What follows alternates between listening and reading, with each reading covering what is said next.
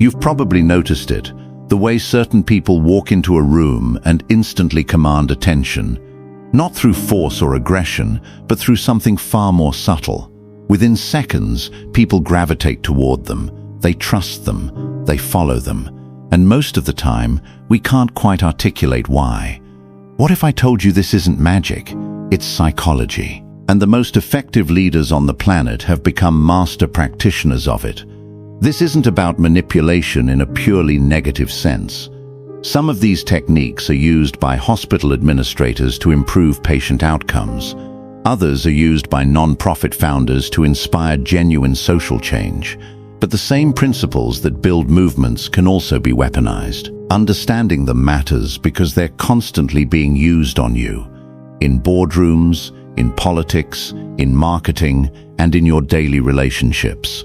Let's start with one of the oldest and most powerful principles in human psychology, the reciprocity principle. Here's how it works.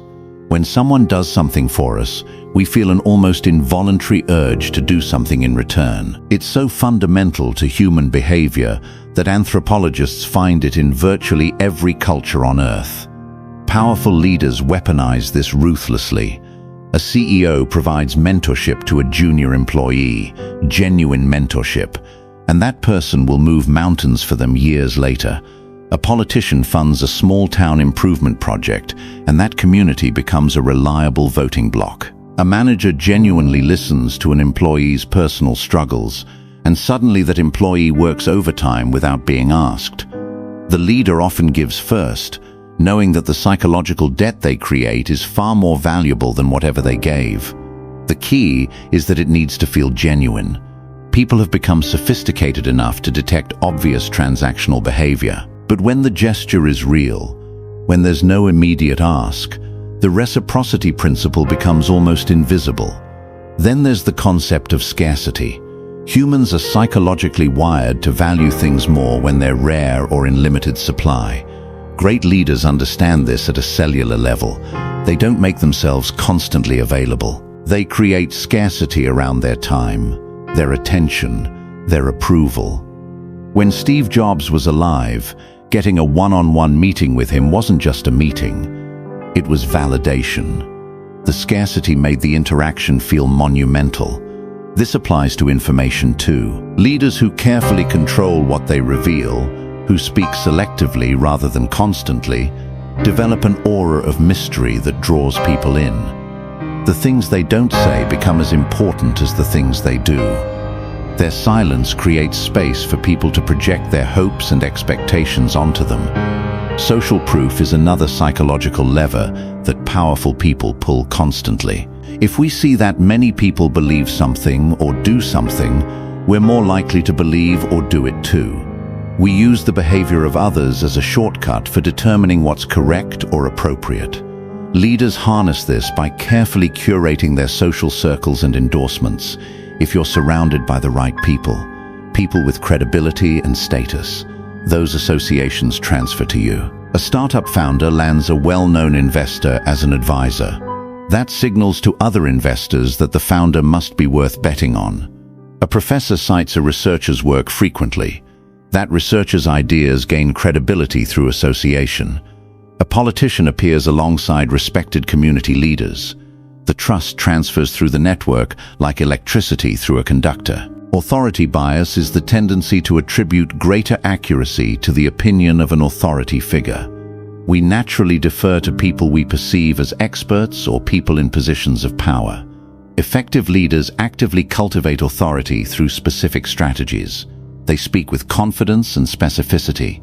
They rarely hedge or qualify their statements in ways that sound uncertain. They reference their credentials and accomplishments, but only when natural to the conversation. Here's what's fascinating. You don't actually have to be right to leverage authority bias.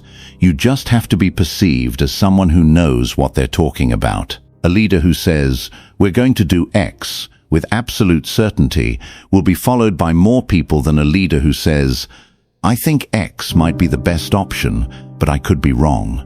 The psychology doesn't care about the accuracy, it cares about the presentation. Then there's commitment and consistency. Once people commit to something, even a small commitment. They become psychologically motivated to follow through and to view themselves as the kind of person who follows through. Brilliant leaders use this to their advantage. They get people to commit to small things first.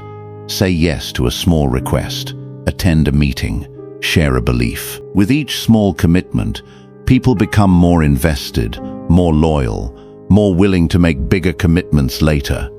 Think about how religious organizations use this. They start with meditation, or a book club, or a community service project. Before someone knows it, they're deeply integrated into the community with a strong identity attached to it.